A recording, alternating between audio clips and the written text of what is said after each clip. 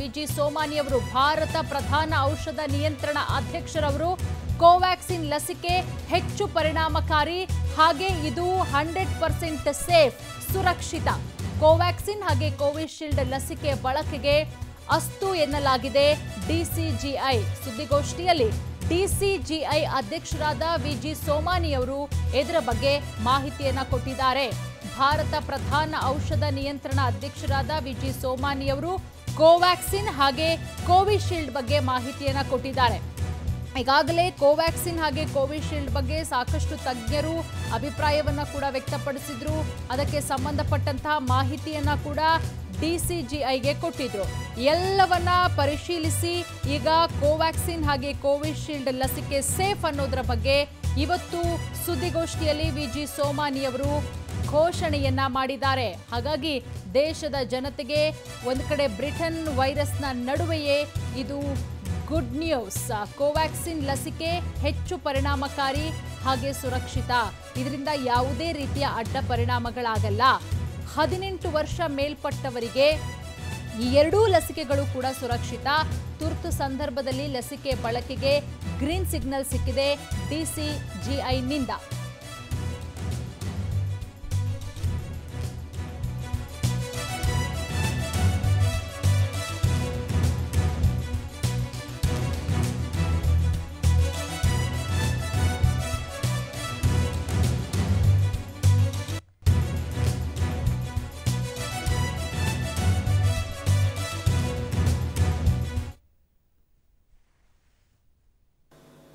After detailed deliberations, subject expert committee has recommended for the grant of permission for restricted use in emergency situation subject to certain regulatory conditions.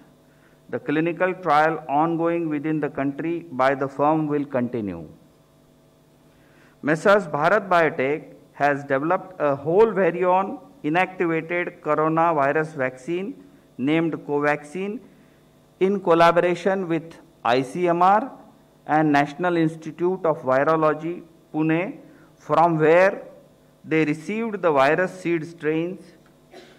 This vaccine is developed on ViroCell platform, which has well-established track record of safety and efficacy in the country and globally.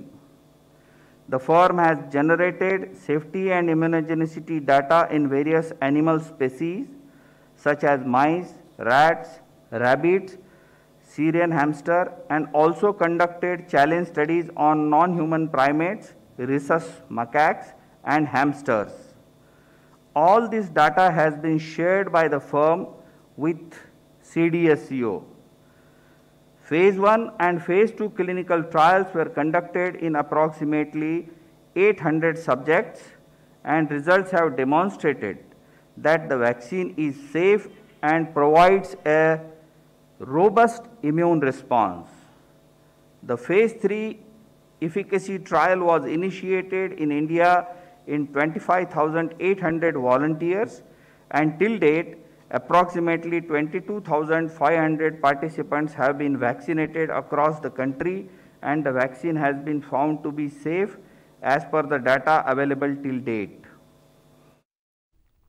Oxford ವಿಶ್ವವಿದ್ಯಾಲಯ ಹಾಗೆ ಆಸ್ಟ್ರಜೆನಿಕಾ ಸಂಸ್ಥೆಗಳು ಅಭಿವೃದ್ಧಿಪಡಿಸಿರುವಂತಹ Covishield ಲಸಿಕೆ ಇದು ಈಗಾಗಲೇ ಇದಕ್ಕೆ ಡಿಸಿಜಿಐಯಿಂದನೂ ಕೂಡ ಒಪ್ಪಿಗೆ ಸಿಕ್ಕಿದೆ ಡಿಸಿಜಿಐ ಅಧ್ಯಕ್ಷರಾದ ಸೋಮಾನಿ ಅವರು ಸುದ್ದಿಗೋಷ್ಠಿಯಲ್ಲಿ ಘೋಷಣೆಯನ್ನ ಮಾಡಿದ್ದಾರೆ ಇದರಿಂದ ಯಾವುದೇ ರೀತಿಯ ಸೈಡ್ ಎಫೆಕ್ಟ್ ಇಲ್ಲ ಇದನ್ನ ಬಳಸಬಹುದು ಅಂತ ಹೇಳಿ ಒಪ್ಪಿಗೆಯನ್ನ ಕೂಡ ಕೊಡಲಾಗಿದೆ ಕೋವ್ಯಾಕ್ಸಿನ್ ಲಸಿಕೆ ಹೆಚ್ಚು ಪರಿಣಾಮಕಾರಿಯಾಗಿದೆ ಹಾಗೆ ಇದು ಸುರಕ್ಷಿತವಾಗಿದೆ ಇನ್ನು 18 ವರ್ಷ ಮೇಲ್ಪಟ್ಟವರಿಗೆ ಈ ಲಸಿಕೆ ಸುರಕ್ಷಿತ ಆಗಿದ್ದು ಈಗಾಗಲೇ ಸುಮಾರು 28,000ಕ್ಕೂ ಹೆಚ್ಚು ಜನರ ಮೇಲೆ ಈ ಲಸಿಕೆಯನ್ನ ಪ್ರಯೋಗ ಮಾಡಲಾಗಿದೆ ಅನ್ನೋದ್ರ ಬಗ್ಗೆನೂ ಕೂಡ ಮಾಹಿತಿಯನ್ನ ಕೊಟ್ಟಿದ್ದಾರೆ ಎಲ್ಲದರ ಬಗ್ಗೆ ಮತ್ತಷ್ಟು ಮಾಹಿತಿಯನ್ನ ಕೊಡ್ತಾರೆ ನಮ್ಮ ನವದೆಹಲಿಯ ರಿಪೋರ್ಟರ್ ಸಂತೋಷ್ ಹೊಸಹಳ್ಳಿ ಸಂತೋಷ್ ಖಂಡಿತವಾಗ್ಲೂ ಕೂಡ ಇದು ಭಾರತೀಯರಿಗೆ ಗುಡ್ ನ್ಯೂಸ್ ಈಗ ಕೋವ್ಯಾಕ್ಸಿನ್ ಲಸಿಕೆ ಸೇಫ್ ಅನ್ನೋದ್ರ ಬಗ್ಗೆ ಮಾಹಿತಿಯನ್ನ ಕೊಟ್ಟಿದ್ದಾರೆ ಡಿಸಿಜಿಐ ಅಧ್ಯಕ್ಷರಾದ ಸೋಮಾನಿ ಅವರು ಮತ್ತಷ್ಟು ಅಪ್ಡೇಟ್ ಏನು ಸಿಗ್ತಾ ಇದೆ ಸಂತೋಷ್ ಖಂಡಿತ ಪೂರ್ಣಿಮಾ ಈಗಾಗಲೇ ಕ್ಷಣಗಳ ಹಿಂದಷ್ಟೇ ಡಿಸಿಜಿಐನ ಅಧ್ಯಕ್ಷ ಸೋಮಾನಿ ಅವರು ಪತ್ರಿಕಾಗೋಷ್ಠಿಯನ್ನು ಕೂಡ ನಡೆಸಿದ್ರು. ಜೊತೆಗೆ ಈ ಹಿಂದೆ ವಿಷಯ ತಜ್ಞರ ಸಮಿತಿ ಕೊಟ್ಟಂತಹ ಈ ಒಂದು 2 ಲಸಿಕೆಗಳ ಸಂಪೂರ್ಣವಾದಂತಹ ಮಾಹಿತಿಗಳನ್ನ ವಿವರಣೆ ಮಾಡೋದಕ್ಕೂ ಕೂಡ ಮುಂದಾದ್ರು. ಯಾಕೆ ಕೋವಿಶೀಲ್ಡ್ ಮತ್ತು ಕೋವ್ಯಾಕ್ಸಿನ್ ಈ 2 ಲಸಿಕೆಗಳನ್ನ ತುರ್ತು ಸಂದರ್ಭದಲ್ಲಿ ಬಳಕೆ ಮಾಡೋದಕ್ಕೆ ಇದು ಉತ್ತಮ ಸ್ಥಿತಿಯಲ್ಲಿದೆ ಅನ್ನುವಂಥದ್ದನ್ನು ಕೂಡ ಎಕ್ಸ್ಪ್ಲೇನ್ ಮಾಡಿದ್ರು. ಮೊದಲ ಹಂತ, 2ನೇ ಹಂತ ಹಾಗೂ 3ನೇ ಹಂತದಲ್ಲಿ ಈ 2 ವ್ಯಾಕ್ಸಿನ್ಗಳನ್ನ, ಈ ಲಸಿಕೆಗಳನ್ನ ಹೇಗೆ ಉಪಯೋಗಿಸಲಾಗಿದೆ, ಜೊತೆಗೆ ಎಷ್ಟು ಜನರ ಮೇಲೆ ಇದು ಪರಿಣಾಮಕಾರಿಯಾಗಿ ಕೆಲಸವನ್ನು ನಿರ್ವಹಿಸಿದೆ ಅನ್ನೋದ್ರ ಬಗ್ಗೆ ಕೂಡ ಈಗಾಗಲೇ ಸ್ಪಷ್ಟ ಮಾಹಿತಿಯನ್ನು ಕೂಡ ಈಗಾಗಲೇ ನೀಡಿರುವಂತದ ಮೇಲೆ ಗಮನಿಸಬೇಕಾಗುತ್ತೆ. DCGIನ ಅಧ್ಯಕ್ಷರು ಸ್ಪಷ್ಟವಾಗಿ 2 ಕೂಡ ಸ್ವದೇಶಿ ನಿರ್ಮಿತವಾದಂತ ಒಂದು ಪಟ್ಟವನ್ನ ಇಲ್ಲಿ ಪಡೆದುಕೊಳ್ಳುತ್ತೆ.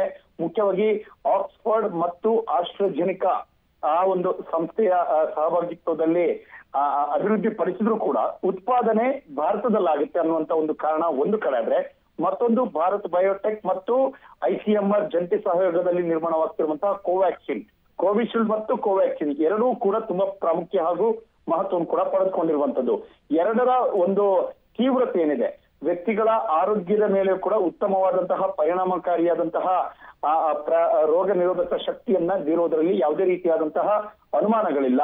3 ಹಂತದ ಪ್ರಯೋಗದಲ್ಲಿಯೂ ಕೂಡ ಇದುವರೆಗೆ ಸುಮಾರು ಸಾವಿರಾರು ಜನರ ಆರೋಗ್ಯದ ಮೇಲೆ ಕೂಡ ಈಗಾಗಲೇ ಇದನ್ನ ಯಶಸ್ವಿಯಾಗಿ ಲಸಿಕೆಯನ್ನ ಪ್ರಯೋಗವನ್ನು ಮಾಡಲಾಗಿದೆ. ಆ ಎಲ್ಲ ಪರಿಣಾಮಕಾರಿಯಾದಂತಹ ಏನು ಫಲಿತಾಂಶ ಬಂದಿರುವಂತದ್ದು ಉತ್ತಮವಾಗಿಯೂ ಕೂಡ ಫಲಿತಾಂಶ ಬಂದಿದೆ. ಹೀಗಾಗಿ ಯಾವುದೇ ರೀತಿಯ ಅಡ್ಡ ಪರಿಣಾಮಗಳು ವ್ಯಕ್ತಿಯ ಆರೋಗ್ಯದ ಮೇಲೆಯೂ ಕೂಡ ಇದುವರೆಗೂ ಕಾಣಸಿಕ್ಕಿಲ್ಲ. ಜೊತೆಗೆ ಈ ಬಾರಿ ಯಾವಾಗ ಅಧಿಕೃತವಾಗಿ ದೇಶದ ಎಲ್ಲಾ ಜನರ ಮೇಲೆ ಮತ್ತೊಮ್ಮೆ ಅಧಿಕೃತವಾಗಿ ಲಸಿಕೆ ವಿತರಣೆ ಆಗುವಂತ ಸಂದರ್ಭದಲ್ಲೂ ಕೂಡ ಪ್ರತಿಯೊಬ್ಬರ ಮೇಲೂ ಕೂಡ ಇದನ್ನ ನಿಗವಾಗಿ ವಹಿಸಿಕೊಂಡು ಕೇಂದ್ರ ಸರ್ಕಾರ ಬಳಕೆಯ ಸಂದರ್ಭದಲ್ಲಿಯೂ ಕೂಡ ನಿಗವನ್ನ ವಹಿಸಬೇಕು ಅನ್ನೋಂಥದ್ದನ್ನು ಕೂಡ ಎಚ್ಚರಿಕೆಯನ್ನು ಕೊಟ್ಟಿದೆ. ಆದ್ರೆ ಒಂದು ಸ್ಪಷ್ಟವಾಗುತ್ತೆ, ಹೊಸ ವರ್ಷಕ್ಕೆ ಈ ಒಂದು COVID-19ಗೆ ಲಸಿಕೆ ಭಾರತದಲ್ಲಿ ಸಿಗುತ್ತೆ ಅನ್ನುವಂತಹ ನಿರೀಕ್ಷೆ ಇತ್ತು.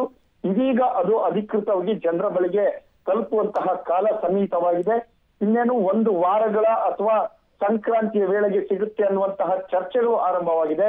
ಆದ್ರೆ ಅದಕ್ಕೂ ಮುಂಚಿತವಾಗಿ ಸಿಗುವಂತಹ ಎಲ್ಲಾ ಲಕ್ಷಣಗಳು ಇದೀಗ ಗೋಚರವಾಗ್ತಿದೆ. ಜೊತೆಗೆ ಕೇಂದ್ರ ಸರ್ಕಾರವು ಕೂಡ ಈಗಾಗಲೇ ತೆಗೆದುಕೊಂಡಿರುವಂತಹ ಡ್ರೈ ರನ್ ಕಾರ್ಯಕ್ರಮವು ಕೂಡ ಒಂದು ಕಡೆ ಯಶಸ್ವಿ ಆಗ್ತಾ ಇದೆ. ಹೇಗೆ ಅದರ ಸಾಗಣೆಯನ್ನ ಮಾಡಬೇಕಾಗುತ್ತೆ, ವಿತರಣೆ ಹೇಗಿರ್ಬೇಕಾಗುತ್ತೆ, ಕೋವ್ಯಾಕ್ಸಿನ್ ಮತ್ತು ಕೋವಿಶೀಲ್ಡ್ 2ರ ಒಂದು ಸ್ಟೋರೇಜ್ ಬಗ್ಗೆ ಕೂಡ ಇವತ್ತು ಸೋಮಾನಿಯವರು ಕೊಟ್ಟಂತಹ ಈ ಒಂದು ಮಾಹಿತಿಗಳು ಕೂಡ ಸ್ಪಷ್ಟವಾಗಿದೆ.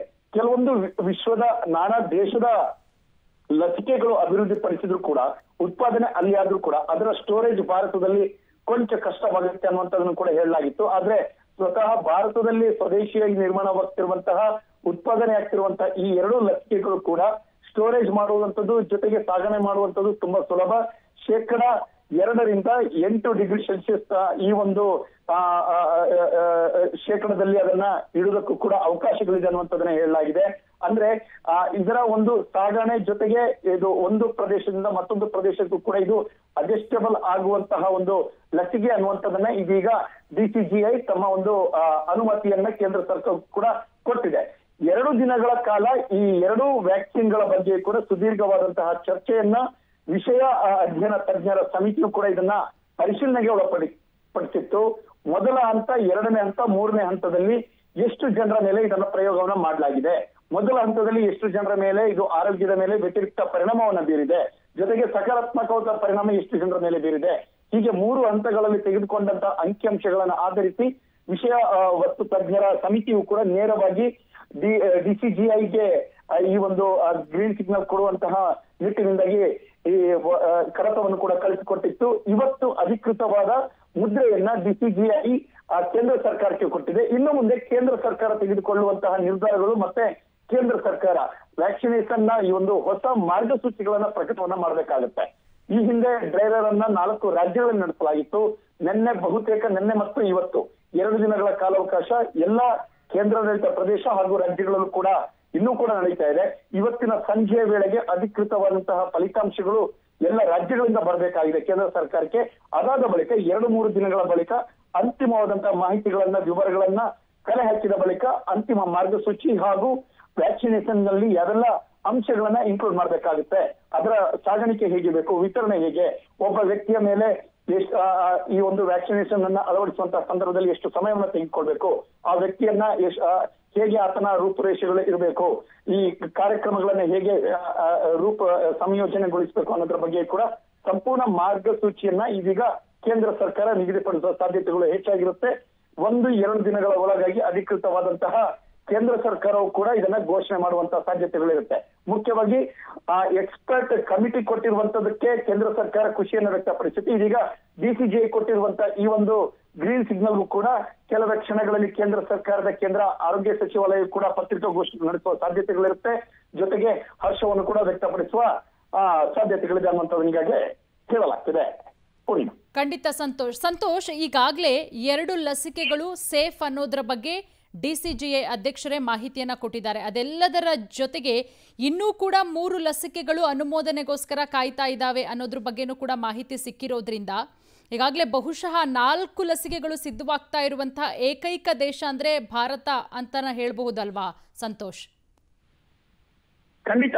ಯಾಕೆಂತ ಹೇಳಿದ್ರೆ ಪೂರ್ಣಿಮಾ, ಮುಖ್ಯವಾಗಿ ಭಾರತದ 2 ಲಸಿಕೆಗಳು ಈಗಷ್ಟೇ ಅನುಮೋದನೆಯನ್ನ ಅಧಿಕೃತವಾಗಿ ಪಡೆದುಕೊಂಡಿದೆ. ಇದರ ಬೆನ್ನಲ್ಲೇ ಪ್ರಧಾನಿ ನರೇಂದ್ರ ಮೋದಿಯವರು ಕೂಡ ಈ ಒಂದು ವ್ಯಾಕ್ಸಿನ್ ಅನ್ನ ಮುಂದಾಳತ್ವ ವಹಿಸಿದಂತ ಬಹುತೇಕ ವಿಜ್ಞಾನಿಗಳ ತಂಡಕ್ಕೆ ಇದೀಗ ಒಂದು ಶುಭಾಶಯವನ್ನು ಕೂಡ ಕೋರಿರುವಂತದನ್ನೆಲ್ಲ ಗಮನಿಸಬೇಕಾಗಿದೆ. ಜೊತೆಗೆ ಅಭಿನಂದನೆ ಕೂಡ ಸಲ್ಲಿಸಿದ್ದಾರೆ. ಇದು ಈ COVID-19 ಹೋರಾಟದಲ್ಲಿ ನಡೆಸಿದಂತ ಎಲ್ಲ ವಾರಿಯರ್ಸ್ಗೆ ಸಂದಂತಹ ಗೆಲುವು ಅನ್ನುವಂಥದ್ದನ್ನು ಕೂಡ ಹೇಳ್ತಾ ಇದ್ದಾರೆ. ಭಾರತ ಒಂದು ದೊಡ್ಡ ಮೈಲಿಗಲ್ಲನ್ನ ಈಗ ಸಾಧಿಸ್ತಾ ಇದೆ. ಇದಕ್ಕೆ ನಮ್ಮ ದೇಶದ ವಿಜ್ಞಾನಿಗಳೇ ಪ್ರಮುಖ ಕಾರಣ. ಇಂತಹ ಒಂದು ತಂಡವನ್ನ ಪಡೆಯುವುದಕ್ಕೆ ಭಾರತ ಕೂಡ ಧನ್ಯ ಅನ್ನುವಂತ ನಿಟ್ಟಿನಿಂದಾಗಿ ಪ್ರಧಾನಿ ನರೇಂದ್ರ ಮೋದಿ ಈಗ ಟ್ವೀಟ್ ಮೂಲಕ ಅಭಿನಂದನೆ ಹಾಗೂ ಶುಭಾಶಯವನ್ನ ಆ ಒಂದು ವಿಜ್ಞಾನಿಗಳ ತಂಡಕ್ಕೂ ಕೂಡ ಕೋರ್ತಾ ಇರುವಂತದ್ದು ಇಲ್ಲಿ ಪ್ರಮುಖವಾಗುತ್ತೆ. ಮತ್ತೊಂದು ಕಡೆ ಭಾರತದಲ್ಲಿ 2 ಈಗ ಲಸಿಕೆಗಳು ಅಧಿಕೃತವಾಗಿ ಅನುಮೋದನೆಗೊಂಡಿದೆ. ಇನ್ನು 3ರಿಂದ 4 ಕೆಲವೊಂದಿಷ್ಟು ಸಂಸ್ಥೆಗಳ ಅಡಿಯಲ್ಲಿ ನಡೆಸುತ್ತಿರುವಂತ ಈ ಒಂದು ಲಸಿಕೆಗೂ ಕೂಡ ಪ್ರಯೋಗ ಹಂತದಲ್ಲಿದೆ. ಅದು ವಿಷಯ ತಜ್ಞರ ಅಧ್ಯಯನದ ಸಮಿತಿಗೆ ಬರಬೇಕು. ಅಲ್ಲಿ ಅಧಿಕೃತಗೊಂಡು ಮತ್ತೆ ಈ 2 ವ್ಯಾಕ್ಸಿನ್ಗಳು ಹೇಗೆ ಅನುಮೋದನೆಗೊಂಡು DCGI ನಲ್ಲೂ ಕೂಡ ಸಭೆಯಲ್ಲಿ ಅಧಿಕೃತಗೊಂಡ ಬಳಿಕ ಉಪಯೋಗ ಕೂಡ ಬರಲಿದೆ. ಬಹುತೇಕ ಅದಕ್ಕೆ ಇನ್ನೂ 1 ಅಥವಾ 2-3 ತಿಂಗಳ ಕಾಲಾವಕಾಶ ತೆಗೆದುಕೊಳ್ಬಹುದು. ಆದ್ರೆ ಈಗ ಇರುವಂತಹ ಈ 2 ಲಸಿಕೆಗಳು ದೇಶದ ಜನರಿಗೆ ಬಹುತೇಕ 1 ಮತ್ತು 2ನೇ ಹಂತದಲ್ಲಿ ಲಸಿಕೆಯನ್ನು ವಿತರಣೆ ಮಾಡೋದಕ್ಕೂ ಕೂಡ ಮುಖ್ಯವಾಗಿ ಫ್ರಂಟ್ ಲೈನ್ ವರ್ಕರ್ಸ್ಗೆ ಇದು ತುಂಬಾ ಉಪಯೋಗವಾಗುತ್ತೆ. ಜೊತೆಗೆ ಸಾಕಷ್ಟು ಪರಿಣಾಮಕಾರಿಯಾಗಿ ಇದು ಆರೋಗ್ಯದ ಮೇಲೆ ಕೆಲಸವನ್ನ ನಿರ್ವಹಿಸಿದೆ ಅನ್ನುವಂಥದ್ದನ್ನು ಈಗಾಗಲೇ ತಜ್ಞರು ಅಭಿಪ್ರಾಯವನ್ನ ಪಟ್ಟಿದ್ದಾರೆ. ಅದೇ ನಿಟ್ಟಿನಿಂದಾಗಿ ಸುಮಾರು 27 ಕೋಟಿ ಫ್ರಂಟ್ ಲೈನ್ ವರ್ಕರ್ 1 ಮತ್ತು 2ನೇ ಹಂತದಲ್ಲಿ ಈ ಲಸಿಕೆಯನ್ನು ವಿತರಣೆ ಮಾಡುವುದಕ್ಕೆ ಎಲ್ಲ ರೀತಿಯ ಸಿದ್ಧತೆಗಳನ್ನ ಈಗಾಗಲೇ ಮಾಡಿಕೊಳ್ಳಲಾಗಿದೆ. ಆ ಒಂದು ಸಿದ್ಧತೆಯ ಮಾರ್ಗದರ್ಶನದಲ್ಲಿ ಜೊತೆಗೆ ಹೊಸ ಮಾರ್ಗಸೂಚಿಯನ್ನ ಕೇಂದ್ರ ಸರ್ಕಾರ ಕೆಲವು ದಿನಗಳಲ್ಲೂ ಕೂಡ ಬಿಡುಗಡೆ ಮಾಡುವಂತಹ ಸಾಧ್ಯತೆಗಳಿರುತ್ತೆ. ಅದಾದ ಬಳಿಕ 10ನೇ ತಾರೀಕಿನ ಬಳಿಕ 15ನೇ ತಾರೀಕಿನ ಈ ಒಂದು ಅಂತರದಲ್ಲಿ ಅಧಿಕೃತವಾಗಿ ದೇಶದ ಮೊದಲ ಹಂತದ ಲಸಿಕೆ ವಿತರಣೆ ಕಾರ್ಯಕ್ರಮ ಕೂಡ ಆರಂಭವಾಗುವಂತಹ ಸಾಧ್ಯತೆಗಳು ಹೆಚ್ಚಾಗಿದೆ. ಥ್ಯಾಂಕ್ ಯು ಸಂತೋಷ್ ತಮ್ಮೆಲ್ಲ ಮಾಹಿತಿಗಾಗಿ. ಒಟ್ಟಾರೆ ಈಗ ಕೋವಿಶೀಲ್ಡ್ ಬಳಕೆಗೆ DCGI ಕೂಡ ಅನುಮೋದನೆಯನ್ನ ಕೊಟ್ಟಿದೆ. ಹಾಗಾಗಿ ಭಾರತೀಯರಿಗೆ ಇದು ಬಹಳಷ್ಟು ಖುಷಿಯ ವಿಚಾರ. 2 ಲಸಿಕೆಗಳ ಬಳಕೆಗೆ ಈಗಾಗಲೇ ಅನುಮತಿ ಕೂಡ ಸಿಕ್ಕಿದೆ. ಒಂದು ಕೋವ್ಯಾಕ್ಸಿನ್ ಹಾಗೆ ಕೋವಿಶೀಲ್ಡ್ 2 ಲಸಿಕೆಗಳ ಬಳಕೆಗೆ ಅನುಮೋದನೆ ಸಿಕ್ಕಿದ್ದು ಆತ್ಮನಿರ್ಭರ್ ಭಾರತದ ಕನಸು ನನಸಾಗಿದೆ. ನಮ್ಮ ಭಾರತದ ವಿಜ್ಞಾನಿಗಳಿಗೆ ಅಭಿನಂದನೆಯನ್ನ ಸಲ್ಲಿಸಿದ್ದಾರೆ ಪ್ರಧಾನಮಂತ್ರಿ ನರೇಂದ್ರ ಮೋದಿ ಅವರು. ಟ್ವೀಟ್ ಮುಖಾಂತರ ಪ್ರಧಾನಿ ನರೇಂದ್ರ ಮೋದಿ ಅವರು ಸಂತಸವನ್ನ ವ್ಯಕ್ತಪಡಿಸಿದ್ದಾರೆ.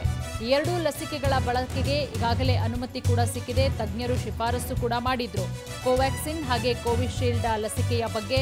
ಅದೆಲ್ಲದರ ಬಗ್ಗೆ ಪರಿಶೀಲನೆಯನ್ನ ಮಾಡಿ DCGI ಈಗ ಇದು ಸೇಫ್ 100% ಇದು ಸೇಫ್, ಹೆಚ್ಚು ಪರಿಣಾಮಕಾರಿಯಾಗಬಲ್ಲಂತಹ ಲಸಿಕೆ ಅನ್ನೋದ್ರ ಬಗ್ಗೆ ಸುದ್ದಿಗೋಷ್ಠಿಯಲ್ಲಿ VG ಸೋಮಾನಿ ಅವರು ಕೂಡ ಹೇಳಿಕೆಯನ್ನ ಕೊಡ್ತಾ ಇದ್ದಂತೆ ಪ್ರಧಾನಮಂತ್ರಿ ನರೇಂದ್ರ ಮೋದಿ ಅವರು ಭಾರತೀಯ ವಿಜ್ಞಾನಿಗಳಿಗೆ ಅಭಿನಂದನೆಯನ್ನ ಸಲ್ಲಿಸಿದ್ದಾರೆ. ಕೋವ್ಯಾಕ್ಸಿನ್ ಹಾಗೆ ಕೋವಿಶೀಲ್ಡ್ ಲಸಿಕೆ ಬಳಕೆಗೆ ಅನುಮತಿ ಸಿಕ್ಕಿದೆ. ಆಕ್ಸ್ಫರ್ಡ್ ವಿಶ್ವವಿದ್ಯಾಲಯ ಹಾಗೆ ಆಸ್ಟ್ರಜೆನಿಕಾ ಸಂಸ್ಥೆಗಳು ಅಭಿವೃದ್ಧಿಪಡಿಸಿರುವಂತಹ ಕೋವಿಶೀಲ್ಡ್ ಲಸಿಕೆ ಇದು ತುರ್ತು ಸಂದರ್ಭದಲ್ಲಿ ಬಳಕೆ ಮಾಡಬಹುದು ಅನ್ನುವ ಶಿಫಾರಸನ್ನ ಮಾಡಲಾಗಿದೆ. ಅದರ ಜೊತೆಗೆ ಇದು ಸ್ವದೇಶಿ ಉತ್ಪಾದನೆಯಾಗಿರೋದ್ರಿಂದ ಭಾರತೀಯರಿಗೆ ಬಹಳ ಹೆಮ್ಮೆಯ ವಿಚಾರ. ಯಾಕಂದರೆ ಇದನ್ನು ಶೇಖರಿಸಿ ಇಡೋದಕ್ಕೂ ಕೂಡ ಬಹಳಷ್ಟು ಅನುಕೂಲ ಆಗುತ್ತೆ, ಸ್ವದೇಶಿ ಲಸಿಕೆ ಆಗಿರೋದ್ರಿಂದ. ಹಾಗಾಗಿ ಇನ್ನು ಕೇಂದ್ರ ಸರ್ಕಾರ ಕೆಲವೊಂದು ಮಾರ್ಗಸೂಚಿಯನ್ನು ಹೊರಡಿಸಬೇಕಾಗಿದೆ. ಯಾಕಂದರೆ ಕೋವ್ಯಾಕ್ಸಿನ್ ಹಾಗೆ ಕೋವಿಶೀಲ್ಡ್ ಎರಡೂ ಲಸಿಕೆಗಳು ಬಳಕೆಗೆ ಸಿದ್ಧ ಆಗಿರೋದ್ರಿಂದ, ಬಳಕೆಗೆ ಅಸ್ತು ಅಂತ ಹೇಳಿರೋದ್ರಿಂದ DCGI ಇದನ್ನ ಯಾವ ರೀತಿ ಬಳಕೆ ಮಾಡಬೇಕು ಅನ್ನೋದರ ಬಗ್ಗೆ ಕೆಲವೊಂದು ಮಾರ್ಗಸೂಚಿಯನ್ನ ಕೇಂದ್ರ ಸರ್ಕಾರ ಹೊರಡಿಸುವಂತಹ ಸಾಧ್ಯತೆಗಳು ಕೂಡ